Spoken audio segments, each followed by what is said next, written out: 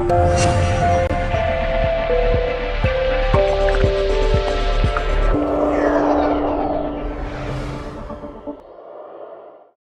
increasing urbanization, as family controls are becoming looser and looser, there is greater challenge of protection of women.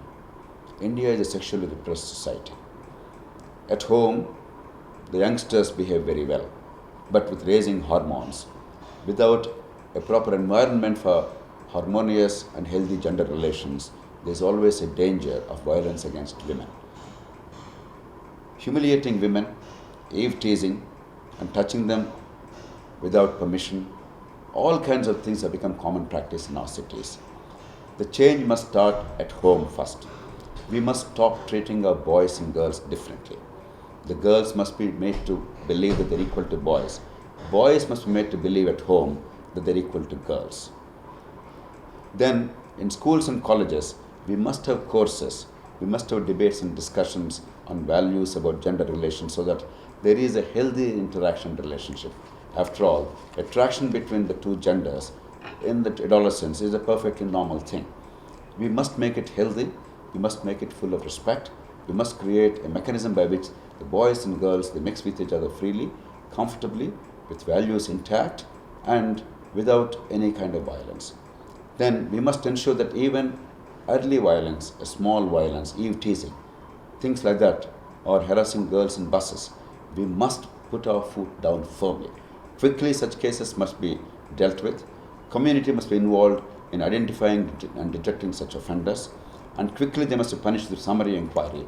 It may be even a small punishment of a few days, maybe caning like in Singapore, and ensuring that it's entered in their school records, the college records, and their job records, and ensuring that if the next 5 years or so they don't behave well, they will lose opportunities academically at college and school and later on in the jobs.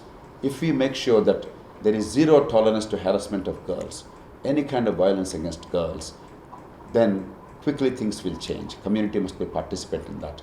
And of course, ultimately we must increase the women policing and we must make police women friendly, more women police stations and more technology available so that there is greater safety. For instance, the CCTVs in all public places. Some efforts are now underway. A series of steps are necessary.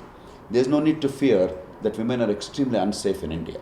If you actually see serious assaults and rapes in India, the number of rapes per unit population is much higher in other countries. But that does not mean we should be complacent. We should act now before the problem becomes really dangerous, because cities are growing, the family controls and traditional values are disappearing increasingly, and boys who behave very well at home, they are on a rampage outside on the street.